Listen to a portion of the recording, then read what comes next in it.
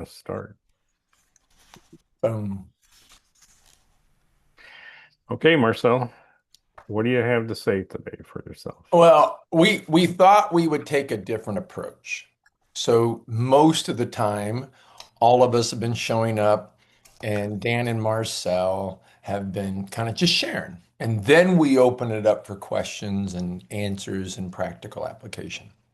Today, we thought we would take a different approach and maybe make it more collective and more practical when it comes to chapter 6. So as opposed to saying, well, here's what page, what was, and this is what this page was about, we thought we would maybe take a different approach and try something new. So if you love it, just put it to our hearts. And if you didn't love it, put that mistake to our head.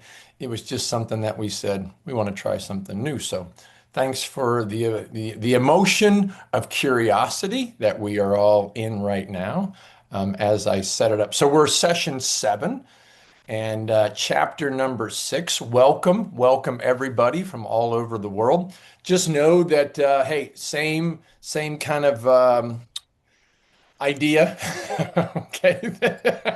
We all know that by now, so we'll just move on. You never hear those disclaimers at the end of a commercial that are like 700 miles an hour, and it's just, hey, we sold you. We told you. You saw it. So, yeah, thanks, Dan. So, today we're going to try something different from our usual book club format.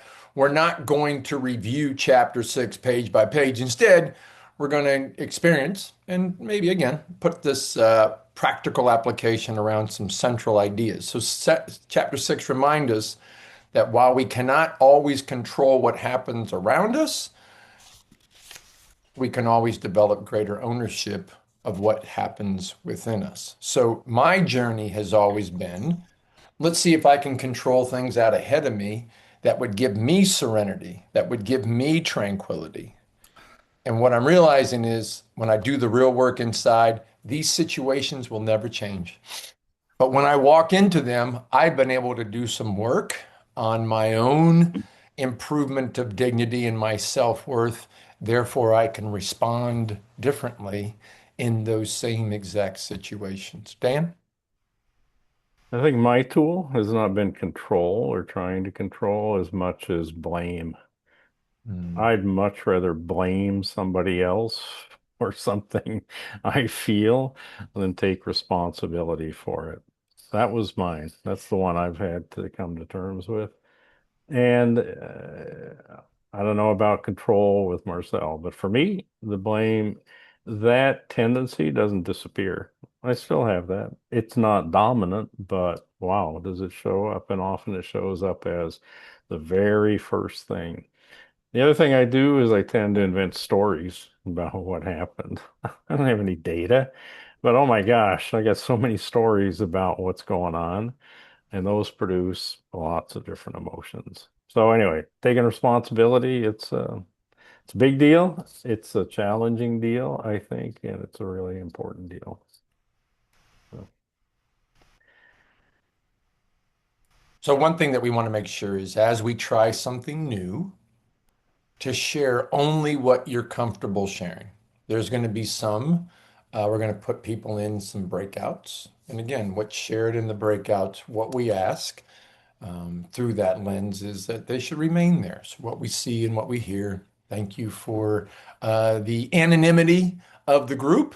I mean, of the bigger group, but kind of the closeness and the trust in the breakouts. Yeah. So here's what we want to kind of start with. Here's the event now. Event, experience, and effect. Everyone's going to have the same event. Your supervisor sends you a message that says, I need to speak with you before the end of the day. It could be take out the word supervisor and put in loved one. Take out loved one and put in neighbor. Whatever it is, your supervisor sends you a message that says, I need you to speak with you before the end of the day. That's the event. Okay. Dan, anything else on that one? nope. Okay. So here's what I want you to do now. So if you put your cursor in the middle of the screen and you'll see next to it, it says participants and chat. If you click on the chat, you will have a chance to type. You'll see over there on the right hand of the screen, that's what mine does. It says message everyone at the bottom. And what I'm asking you to do, don't send it out just yet. Don't send it out just yet. But if you would please just type in the emotion that came up for you when you heard or saw the message that said, "Hey, I'm your supervisor and I want to talk to you before the end of the day." Just give you 30 seconds here. We led the witness, maybe anxiety, fear, curiosity, irritation, uncertainty, excitement, indifference. And then maybe you give me a thumbs up or a high five or okay. Marcia, thank you. Thank you. She's like, done. Thanks, Vaughn. Thanks, Johan. Yeah, yeah, yeah. Absolutely. Dan, if you can see a bigger screen, I don't know, is Brenda, has she given us a thumbs up yet? All right. All Yeah. right. So here's what I'm asking now. When I say one, I want everybody to hit send, and I want to see what all pops up. Three, two, one. Nervous, uncertainty, curiosity, anxiety. Ken, excitement, optimism, curiosity, fear. Yeah, anxiety, not fear as I don't know. It's just that it's a trigger or a source. Apprehension, curiosity, curiosity, curiosity. Yeah. So we get to see kind of real time. Same experience, different, different of the emotion. Man, that was pretty awesome. Way to go, team. Way to All I can say is apprehension was the right answer, and the rest of you got the wrong answer. So I don't know how that happens, but there you go. So, So let's s- let's kind of see what happens here. So what story did you immediately create? And then what did you assume the conversation would be about? Did the message create the emotion, or did your interpretation of it create the emotion? So I'll go 30 seconds, and Dan, absolutely help us kind of break yeah. this through. But when I get a text from my older brother, I don't even have to read the text. I've already got an emotion in me. All I have to do is see it's from my older brother. So I have to go story and fact, story and prove it that that story's true. Dan? Well, I said apprehension, and I don't really have a supervisor anymore. But when I think about the days when I did have a supervisor, that's the emotion that would come up. And the story is, oh, I must have done something not correct. Maybe not wrong, but not in the way it was wanted or desired, or I missed something, or so the apprehension is maybe there's something I didn't get right, but I don't know what it is because I did it the best way I know how, but still apprehension. Anybody care to share what story did you immediately create? And yeah, Jolene? Mine's the same as Dan. I'm very much Canadian and we like to apologize a lot. So right away I was like, what do I need to apologize for? What did I mess up? And then I'm ready. I'm not scared. I'm just like, oh, I better go check my work, is what my first thought would be. Oh, thanks, Jolene. Larry?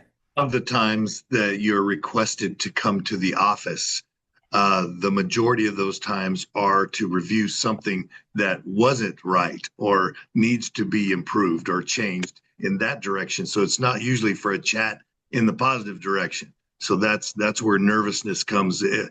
That even the fact that it was alerted had to do with something that was out of order or needs to be put in order, not necessarily let's celebrate something that happened great today.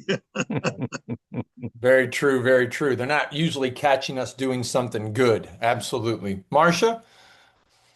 What I immediately thought of, because I tend to be hard on myself, is that Mhm. if I have known that I've done my very best work lately and I'm called to the office, then I have more curiosity about it, and I also love learning. So I'm cool if I need to be corrected or, something needs to be changed. I like to just know it and do it. But But if I'm being really self-honest and maybe I know I didn't put my full effort in, then it's fear, then it's anxiety, then it's apprehension. So it came kind of down to Mhm. self-honesty for me and how I show up. Thank you. Yeah. Wow, Marcia, you're way deeper than I am. I just went right to apprehension. So, Brenda? For me, it reminded me of the relationships I had with my supervisors and the tone of the message that I read just didn't quite fit with their personalities in my mind. So my story wasn't matching the tone or the way that that message came across. And I kept thinking my last supervisor would have just said, "Hey, can we talk later today?" Mm. So in this case, I went straight to anxiety because I'm like, oh, something is wrong. So Yeah. it's the way that it was worded and the Yeah. relationship that all played a part. Yeah. Thank you. Yeah, words matter, and some words matter more. So yeah, absolutely. Vaughn? Yeah, I deduced that it was something personal.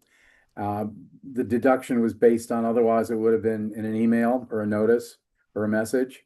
So this was something personal that was that needed to be shared on a one-to-one. So Mm. my answer was curiosity. Mm. Thank you. Yeah. Johan? Hi. Hello, hello. So mine was, I said fear, and mine was about a layoff, but I knew like energetically something was happening because it just things were off, and I just knew that. And I like what the last person said. They knew the relationship and the tone, and I got the email, and I was like, yeah, I know what this is. So I would say the interpretation created the emotion, but I was aware of it coming into it, so it wasn't as severe. Thank you. Yeah. Ken? Oh, me? Yeah, I was pretty sure it was going to be a promotion Of or an opportunity, a job course move. you would be. Of course you would be. Of course. I was just, because if it was bad news, there was no time to think about it. They just walked in your office, shut the door, and said, "Ken." There was no time. There was no time to work the story up, and it was typically something I didn't know about at all. And so, on those ones that were uncomfortable. So yeah, so it just wasn't that much time to think about it. I don't think. I'm sure I thought about it after, which is probably pretty darn good because I can sure as heck think about things. Well, thank you very much. In closing on this, I was working with a police officer. This is 2 years ago, and he had a Fitbit on his arm, and he tracked his blood, his heart rate, and what was happening. And what he noticed was a traffic accident had this heart rate, a domestic dispute had this heart rate. When he was asked to come into the office by his lieutenant, was this heart rate, and it was the highest of all the activities that he had throughout the day. So again, it goes back to what Brenda said, right? I know my leader and I know how they ask, and I know my leader and I know, uh-oh, they've asked. Heart rate goes up, stories get created, and the journey begins. Dan, anything else on this before we go to the next? just that I'm looking at that last question, and I really appreciate what Brenda said about, well, I took into account the personality, I took into account the wording. I think the other thing I might take into account is my energy or where I am. You know, if I'm feeling, um, what would I say? I don't know. If I'm feeling uncertain about something, and then I get a message like that, I think that would feed it too. So it's interesting. I would say it's my interpretation in any case, but there's a number of factors that come into play in that interpretation. So yeah, lovely. Thank you, everybody. That was great. Great. Out of date. Okay, so now here's another kind of a thing. So everyone experienced the same event, but not everyone experienced the same emotion. So again, when you think of trauma, there's an event, there's your experience, and then the third E is the effect. Some people can have the same event with the same experience and have a completely different effect. Completely different. And so what we're learning is that trauma is a long felt emotion that we've yet to be able to what? Put a name to, navigate through. So, but not everyone experienced the same emotion. The difference was that the story each person created about that and what it meant. So that was kind of the key takeaway and what Dan and I wanted to reinforce in chapter 6. A lot of the idea has to come with the belief and the story, which creates the impulse, which, as we know, sets this whole behavior into effect. Dan?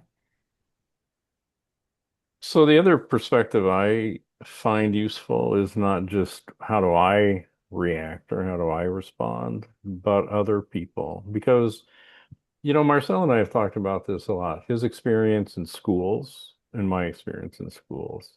And my experience in schools was, what emotions? Well, curiosity and I don't know, enjoyment. I enjoyed going to school, sometimes boredom or apathy. Marcel's completely different set of emotions. So if I really want to understand Marcel and how he sees the world, then I can't assume that my emotions apply to his experience. But I'm fascinated how often we do that. How often we do that, that I do that with Lucy, for instance. It's amazing how often I bring my emotional lens and I think somehow that's supposed to apply to her experience because about 95% of the time that's wrong. It doesn't. So for me, that's a great thing to keep reminding myself of. Okay, it's my experience, it's my interpretations, the emotion that comes through my lens, but it's probably quite unique to me. It's not going to be that way for everybody. But yeah. Dan, I got one more thing to add just based on what you shared. So my wife and I have been married for 31 years. And early on in our marriage, if one of us said, "Hey, when we get home tonight, I want to talk to you about something." If we put if we put this last couple words, everything's okay. All is good, right? It alleviates anything else that I've got to be fussed, worried, whatever. All's good. See you at the house. It could be that simple. So, yeah. Yeah. Yep, yep, yep, yep, yep. Absolutely.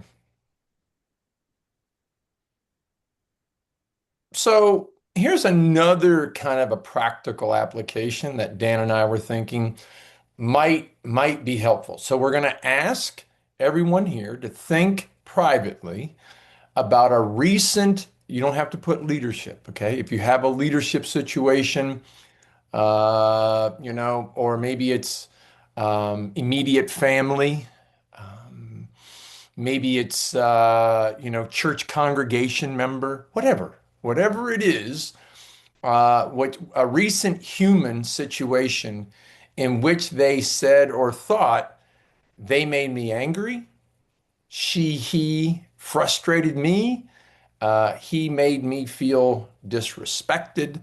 That situation made me anxious. And so, what I'm asking you to do is maybe grab a pen and paper and complete. When blank happened, I interpreted it to mean that interpretation generated, which emotion, and then that emotion moved me to the impulse. What was that impulse? So I'm going to do it too. I'm going to do it too.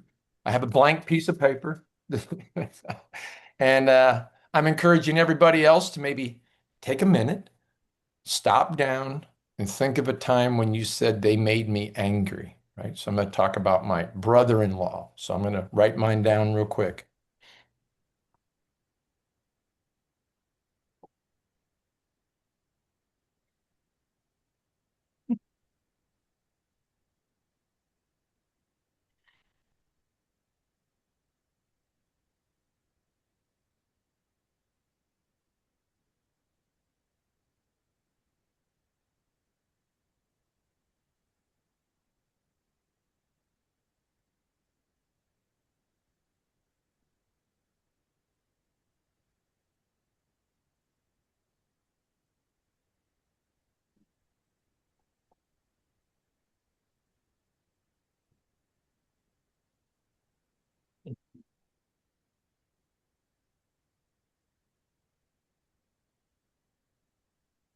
And if you could just maybe give us a thumbs up or a high five or hey, all good here. And yeah, yeah, okay.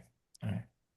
Um, I'll go first, and then I'd like maybe a couple others, if you're comfortable, willing, and able to share. So I have a brother-in-law. It's my oldest sister's husband, Texas all of his life. He's a big dipper. He loves to dip. He dips and spits in bottles, and when he visits, so when my brother-in-law visits me at Christmas and leaves, there's spit bottles all over the house. There's spit cups all over the house with just, his spit in it. And it's in bathrooms, it's in his bedroom, they're in the living room. And we find them all throughout the years like little Easter eggs. And so I interpret it as lazy and disrespect. Just a lot of just And so I interpret it that way. And what it causes me to do is be passive aggressive. So I'll make comments, but I'll never tell them, hey, stop doing that. That doesn't work for me. Yeah. And so it's not my best work. I allow it to get me to not do what? Not protect my boundaries. And I've gotten better. So that's kind of what came up for me on that. It's again, it's not me doing my best work. Anybody out there comfortable, willing, and able to share kind of what you wrote down? And yeah, Melissa. So I had a recent situation where I was having a conversation with a loved one, and they kind of made a demand about expecting a thing, and this thing was directly in contradiction to a deal that I believed we had made several months ago. So obviously I interpreted that as, disrespect, and you're not going to honor our deal, and, what kind of a person are you? Then it obviously sparked indignation in me. That does not work for me. And it created this impulse to stand up for myself, which I then proceeded to clumsily do. Um, and then just to provide resolution, because it did result in a little bit of a back and forth. The other person didn't remember the deal, didn't remember that a deal had ever been made, and then interpreted my standing up for myself as um, that I was whining or complaining that I didn't care about doing the thing that they wanted me to do, which of course was not my intention at all. So it was kind of an interesting little uh, insight into how some conflicts happen, and the dynamic of exactly what you're talking about. Thank you. I love Melissa's ad. I just came at it with, well, here's what happened to me. I never looked at it through my brother-in-law's lens. And here's what it caused him to do. I have no idea what he's like when he sees me coming at him as a passive aggressive. Jenny, hi. Hi. Mine is around a financial aspect that happened, and somehow somebody left off $2,500 from something that should have been on my, let's call it a pay stub for want of a better word. So I interpret that as disrespect and incompetence, actually, which generated a ton of annoyance, which moved me to stew silently for a little while and then focus my, and I took care of it somewhat with dignity, using the right word in here. And then actually moved me to focus elsewhere because I just completely took it as a lack of care. And to Melissa's point, maybe forgotten in my world that they're dealing with a whole number of processes and a whole number of other people as well. So I am just one of many. So then I had a little bit of concern that others were going through what I had too. So an abundance of emotion in there. Thank you. Yeah. Johan? So there was a group layoff that happened, and at first I was angry, and needed to kind of sit with it because I then needed to say, well, what happened is greater than you. I need to go look at it as from a purpose point of view, not this happened to me. So what's the lesson I need to learn from this? So eventually the interpretation generated courage, peace, and eventually love for that situation. And that emotion moved me to build my business and follow my calling, my purpose. So I took something that was just ridiculous to a whole group of people and said, I'm just going to go my own way, go follow my path, which was what I'm supposed to be doing the whole time anyway. But sometimes you take a little course and you got to get back on. So I really like this exercise though, because it goes back to that story that I'm telling myself. And it's, wait a minute, what's the story? What's the longer story over time, over life? So thank you for this. Well, I'm glad you trusted the detour. And isn't it interesting that your calling keeps calling even while everybody else is maybe what? Seeing it as a layoff, you're seeing it as, hey, time to go follow my calling. Love it. Love it. Hi, Marcia. Hello. Um, a situation that came to mind was when a new leader came into our organization, and he was a change agent and he was disruptive for sure. And so he came to me and he asked me to spend only 30% of my time on a global enterprise project that was huge. And he gave me a timeline that was like 30 days to get this thing done. And I interpreted that to mean I was going to lose my job if I didn't get it done. And I was a single mom, or I am a single mom, and I just thought, oh my God, so it was fear and then anger and indignation and resistance and resentment, all of the things. And it was very hot in my body at that time, and paralysis actually at first. And then emotion, once all those emotions moved through me and those initial impulses, I ended up with courage. I couldn't lose my job. And that was the story I was telling myself. So I thought, and it would turned out that in the end, we learned a lot I was just myself with him, and I told him I'm really brave, but I don't know if I can get this done, but I'll do my best. So he learned about me, I learned about him, and it turned out it was successful. And I ended up being his right hand person, and I don't work for him anymore, but we're good friends and we understood one another. So it was a whole journey. Thank you. Thank you. Brenda. This situation came up in a recent coaching call, but almost the same situation happened to me. And it was when my boss at the time took credit for my work in a meeting with senior leadership. Mhm. And I just sat there sort of stunned at first. And I would say the emotions that came up were first confusion, like, are you kidding me? And then anger.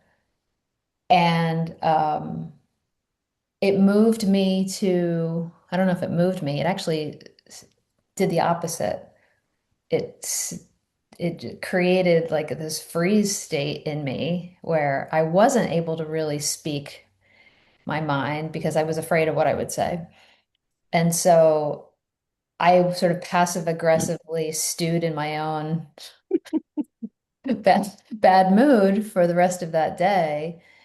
And it just it colored my relationship with this person going forward.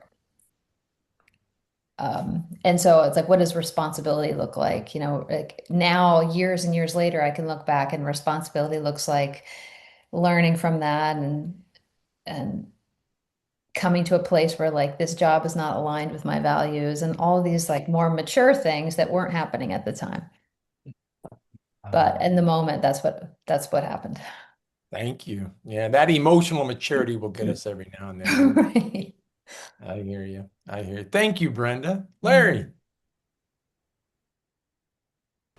Oh, you're on mute. Oh, there you Okay, go. yeah, sorry. Yep. I've got a very mature answer. I'm going to give you the immature answer. Okay, so I'm going to give you my gut here. This when we hosted a shower for a lifelong friend, a friend who has been routinely a taker, not a giver. And in the midst of doing all that we did, there was a taking for granted. There was no thanks. It was just this is what you're supposed to do. Even though we were gracious to offer.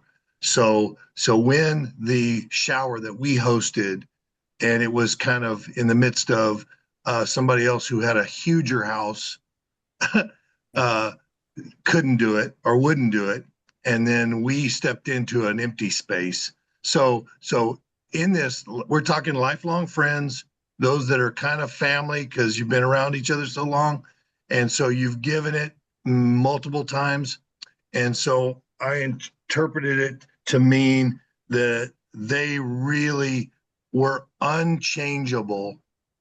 It was like the final validation that things were not going to change.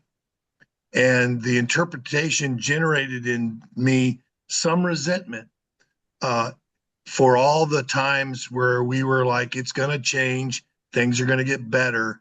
And the emotion moved me to disengage or to pronounce it in a way dead.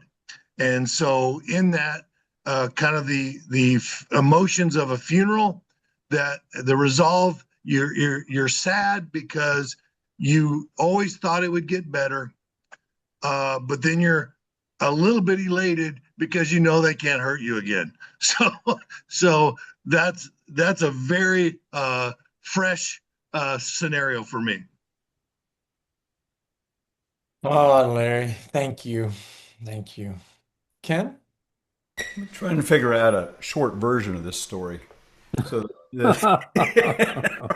so the short version, as close as I can get to it, is that my wife has really likes jewelry, and she has a particular ring that she really likes with a pretty big rock, a pretty big diamond in it, and she's at a stage where she's losing stuff. As a matter of fact, she lost that for 4 days, and it was a really bad 4 days. And we found it, and a friend of mine said, "Well, why don't you let's replace it with a lab-made diamond?"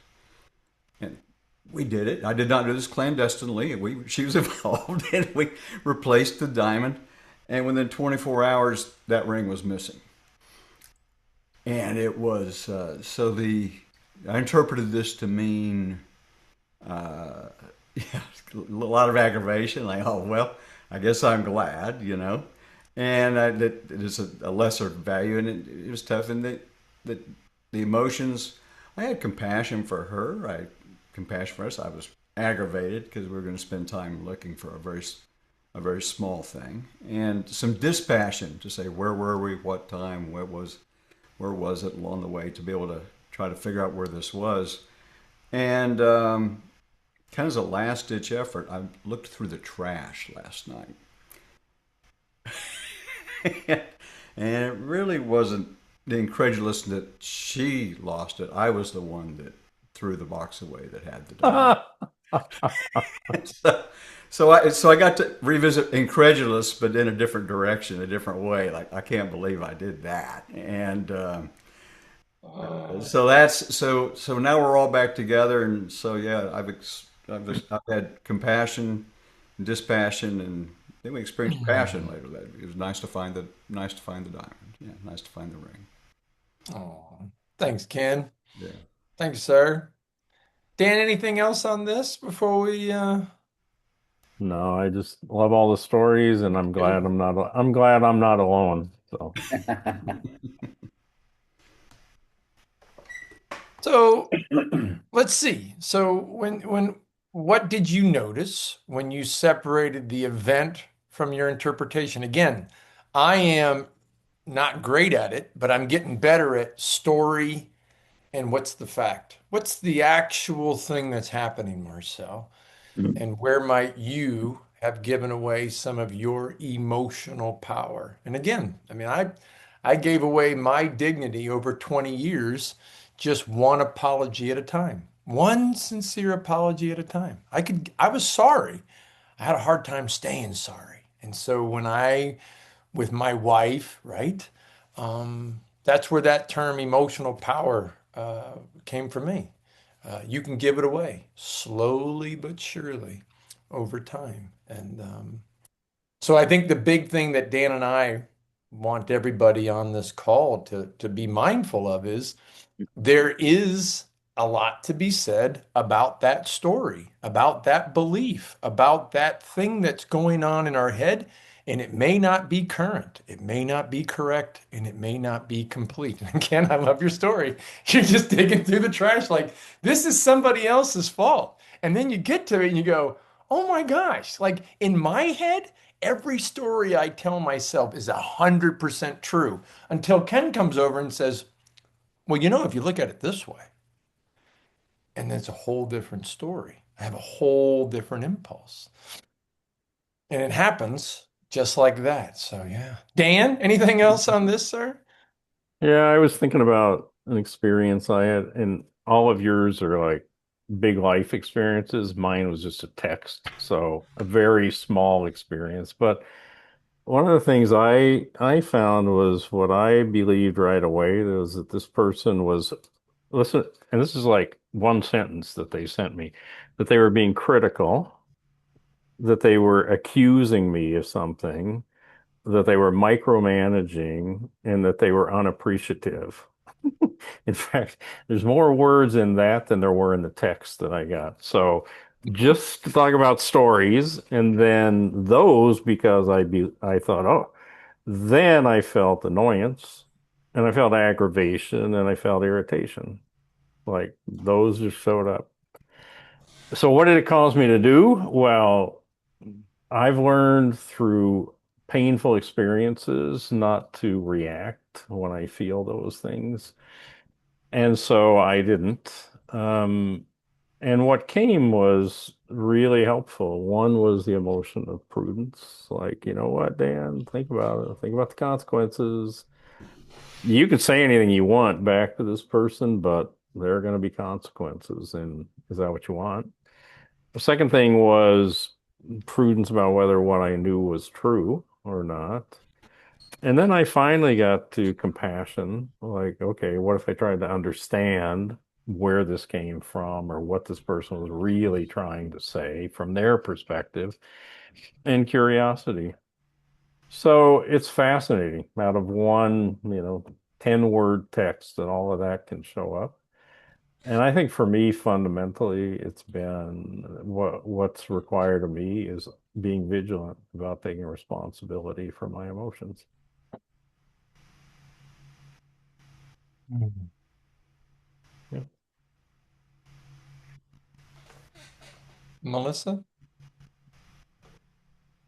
As everyone was talking, I just had this thought that kind of led me to a little bit of a question. So, Um, I'm really fascinated by the emotion of anger because it creates this impulse to punish or to right the injustice that we see. And when we do that, we all have our different ways of doing that. So some of us, start issuing the silent treatment. Some of us might lash out with words. Some of us might, just do a lot of different things. And as I was thinking through all those different approaches, I thought about how those actions then create emotions within us. So, if my go-to is to like give you the silent treatment, maybe then what emotions are underlying that? And that could be like resignation, or it could be sadness, or it could be any of those types of emotions. And then that kind of led me to my question is, would we classify that type of dynamic as giving away our emotional power, or is it more of just um, I guess is it just more of like the navigating of emotions? Because it just seems like it's more emotion showing up as opposed to giving away our emotional power. Hmm. Well, I guess what occurs to me is I think what I give up if I don't stay aware, if I'm not vigilant, is I give up the opportunity to navigate my emotions because then I believe they're true. So that I don't know how you might say that in terms of emotional power, but it's my emotional choice that I give up, which is really all that I got emotionally. So that's how I tend to see it is, well, if I don't question the story that I have about it, I'm really giving up choice, flexibility. I'm giving up maybe care of the relationship. So I'm giving up a lot. That's how I tend to see it. And I've only learned that through bad experiences. So it's really worth for me paying attention and trying to be rigorous about that. And the one other thing I'll say is that this shift, this taking responsibility, I don't think it happens just on our own. In fact, this situation, I talked to Marcel and I said, hey, here's what's happening for me, and help me see this from a different perspective. And he had some great insights, of course. And so I think sometimes this taking responsibility includes bringing it to other people and saying, hey, help me with this, because probably there's a very high likelihood that my story of this person being critical, accusing, micromanaging, and not appreciating is probably not 100% true. So help me consider other possibilities. I'll take one quick 1 minute, and then Ken, you're up. What I would say, emotional power. I think of power as neutral. So I've got a decision. Like Melissa, that's exactly what I did. I ignored. If my wife made me mad, I was like, you're going to pay for that. And you're going to pay for it for a good couple of days. And so power can be applied. And that's what I did. I applied it in a hurtful way. I could also share that power, call her in, help me understand, man, that wasn't my best work, or be neutral and maybe try to figure out what to do next. So I would say emotional power is applied in a hurtful way, can be shared in a positive way, and can give me at least a couple of seconds to figure out what I need to do next. So, but me, I was an ignorer. And the reason why, because I never saw my parents fight. And so I thought, well, you're not supposed to fight. I guess they just ignored each other. And it was the worst thing I could have possibly done. The worst. Silence and violence, man, those are two detrimental things to a marriage. Didn't know it. Thought it was my best work at 29. Like, I'm crushing it. But I saw power as you got to apply it. You got to teach a lesson. And that can also be a little of vengeance, a little beyond the anger. And so circling back, making that U-turn, helpful as well. So Vaughn, that's the way I would describe emotional power. It's either applied, shared, or it's neutral. I was And having trouble with that because every time I tried to uh, bring it alive in context in some way, I kept coming up with emotional power actually being a behavior. And therefore it lost relevance for me as an emotion. I would say it's the behaviors behind me, including calling someone in, calling someone out, or just trying to stay neutral enough to decide what I need to do next. Yeah. Thanks. Yep. Ken? Yeah, I think I'm gonna try to say the same thing y'all been saying. So I'd say, but I find that when this plays biggest for me, there's some version of the saying, "Say it ain't so." Say it ain't so. That's what they wrote in their text. Say it ain't so, whatever. And which kind of begs the question: what is so? What's the data? Because the rest of say it ain't so is the story. Mm. And yeah, say it ain't so to me kind of moves me to victimhood or helplessness. It just says, "Oh man, this is being done to me." And Mm. so that's your plays into your power meter, and giving it away. So yeah, Marcel, I think I shared the what's so process with you a few months ago, and that just kind of comes back up for me for that. So I ask myself, what's so, who is arriving? In other words, am I showing up as a defender, a fixer, a victim? How am I showing up? And then what moves me? What do I want? And I think that provides a pathway back to choosing emotion, being a choice. Yeah. Love it. Love it. Love it. Well, thank you all. Thank you. What's coming up? So yeah, here's one takeaway. Yeah. Taking ownership of our emotions. Remember what Dan said, there are emotions. There are emotions for a reason. It does not excuse someone's else's inappropriate behavior. So we have a principle that says emotions don't justify your behavior. They just better explain it. And you can put emotions, you can take it out, you can put trauma. Trauma doesn't justify your behavior. Bad childhood raising doesn't justify your behavior. Just better explains it. It simply means that we do not give that person complete control over what happens within us or what we choose to do next. Now, Brenda typed in, is emotional power a choice? Well, I would say, boy, when you react to a situation, mm, that's what I did. And it wasn't really a choice. It was a reaction. And guess what? Reaction for me is really, really close to the emotion of regret. When I was more intentional and I was able to stay neutral for at least a couple of seconds and decide a different, more inclusive path, I think intentional emotional power can be shared. It can at least be balanced. It doesn't have to be exercised. So, Dan, anything else on this one, sir? Well, the only thing I'd change is now reading this slide is I would take out the word inappropriate.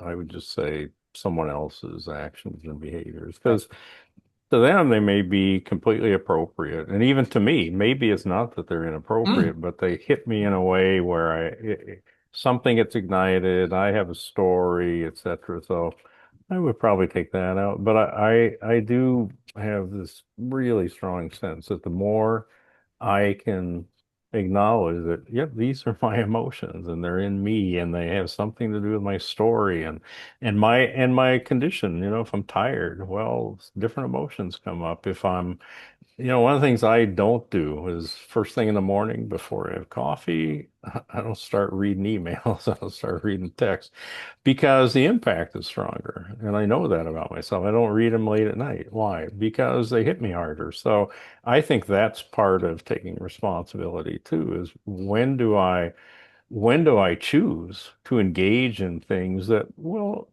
may have some significant emotional component to them.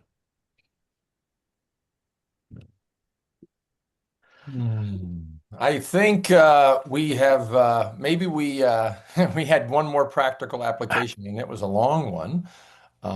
We but let's go to the end, Dan. Are we Okay, let me go? skip ahead. Let me Do it. find the Johan end. wouldn't mind if we skipped ahead. He's like, it's okay. We can skip ahead today. It's Tuesday. So, I think just like in closing, there was a closing slide. oh, Yeah, oh, there's a oh, closing slide. yeah, Yep, oh, yep, yeah, yep. oh, that. I just Okay, want Larry to be able to kind of take sure. away a closing slide. Yep. Yeah, okay. So what it says is chapter 6 is not asking us to control everything happening around us. It is asking us to take, now look at that word. That's a big one, but you'll hear it in businesses. You got to be accountable. Remember, gang, responsibility is really different than accountability. And so we choose responsibility because it is our responsibility. Some people might say, well, it's not my fault that this happened. I know it's not your fault. It is your responsibility, though, to be able to go and do this. So it's asking us to take responsibility for what happens within us.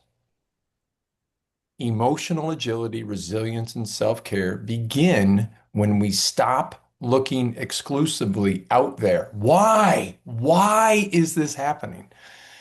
And become curious about what's happening. Hey, what's it trying to teach me? Hey, what should I be listening to here? We may be jolted by what happens around us, but with practice, we do not have to remain emotionally off balance. Somebody told the story when it was like, it happened. And so I decided, you know what? I'm going to ruminate and it's going to take an entire day. So I've had a bad 5 minutes and I said, today, bad 8 hours. We have that choice. And sometimes it may be helpful and sometimes it may not be so helpful. Sometimes it serves me, sometimes it's not. And so as we kind of go all of our separate ways on this big blue marble, the next time I feel emotionally off balance, will I focus only on what happened, or will I also become curious about the story I'm telling myself? Thanks, Dan. We did it. We did it. Something different. Marcia's nodding her head like it's going to be okay. All right, cool. Love it. Love it. Love it. So thanks for letting us try something new. Thanks for letting us kind of experiment on how you might want to do a book club that would inform, but it also allows us to involve. And so I'm really appreciative that everyone's still here. They didn't like dive off after, exercise number 2. Dan, anything else? And then maybe we open it up Just to, closing thoughts, like what? yeah. Yeah. Well, now What is our this? expectations are raised for something new every week. Oh dear. Oh dear. That's a No problem, Vaughn. We'll do something misperception. new every week. Next week we're gonna have a lottery, and then the week after that, well, no. Well, we But if got you to have have any Vaughn's kitchen ideas, class. share them with us. We're Yeah. always looking for new ways to have conversations. So, Marcia. Oh, sorry, Jolene. Sorry. Okay, Marcia. Didn't see Jolene's hand. Marcia. A very just simple insight, but it's hitting me really loudly in a good way how powerful those stories are that we tell ourselves. Mhm. Like the idea of emotional power, like in the example I'd shared, I had totally given my emotional power away, Mhm. you know, to due to the story that I was telling myself about the situation, when in fact it was really just a test because he was new, he didn't know me, and so uh and I'm having, an example's coming up with my daughter that I'm going to be really thoughtful about, so that I don't use my parental emotional power in that situation. So thank you. Yeah, wonderful. Thank you. Jolene. The one thing I wrote down that I love the best out of today is you bring your emotional lens to every situation, and 95% of the time it's not theirs. And I think personality differences, emotional literacy competence makes a big difference there. So I think that's just a really powerful statement that describes a lot of conflict in the world. So again, the work that Dignity is doing is so important. Yeah, I agree completely. Larry. Just quickly, boy, the facts are usually not what we're talking about. We're usually talking about our interpretation. I mean, like something could happen, like somebody's always late, so that they're 5 minutes late to everything, and you could fact check that. It's like 5 minutes there, but the story I tell myself is they're late because they don't care about me. Mm. So I'm hurt because they don't care about. Now, I think the power is I know that they are late 5 minutes for everything. And how could I feel about that? Not arguing about what they meant by being late. Mm. So I'm just saying, to me, I'm struggling with some of there's fact stories. So it's not just my perception that they're late. They're late. Yep. But the story that gets me in trouble is my interpretation of why they're late. So anyway, just that was something I got in touch with in this time too. Lovely. So many of you know Lucy's Venezuelan, and many of you know I'm a gringo, right? And so my inclination, but also my sense of time is that, when it's time, it's time. Time, I just align with. It's not hard. It's not confusing. If I say 8 o'clock, then I'll be ready at 8 o'clock. Lucy, in the 15 years I've known her, has never been ready at the time she said she would be ready. And it doesn't matter. She can get up 3 hours early, she won't be ready. And that used to annoy me. It used to irritate me. I used to feel impatient, list the emotions. But you know what I started noticing, Larry, is that her sense of time is just completely different than mine. She doesn't know what time of day it is. She doesn't know how late it is. She doesn't know how early it is. She has no, if you ask her how long does it take to get from here to there, the number she'll give you is not even close to the reality. But it's not intentional. And that's what I've discovered. It's that somehow we're made differently. My sense of time it's like I have good vision, her vision is different. It's fascinating because what I've realized and come to appreciate is that her world is different than my world. She experiences time different than I do. I can't even imagine what that must be like. And it's not always fun. I mean, sometimes it really frustrates her. But that's what I've come to is that's what the compassion, curiosity has helped me do is realize that I'm not right, first of all, even though I think I'm right. Being on time is just a concept.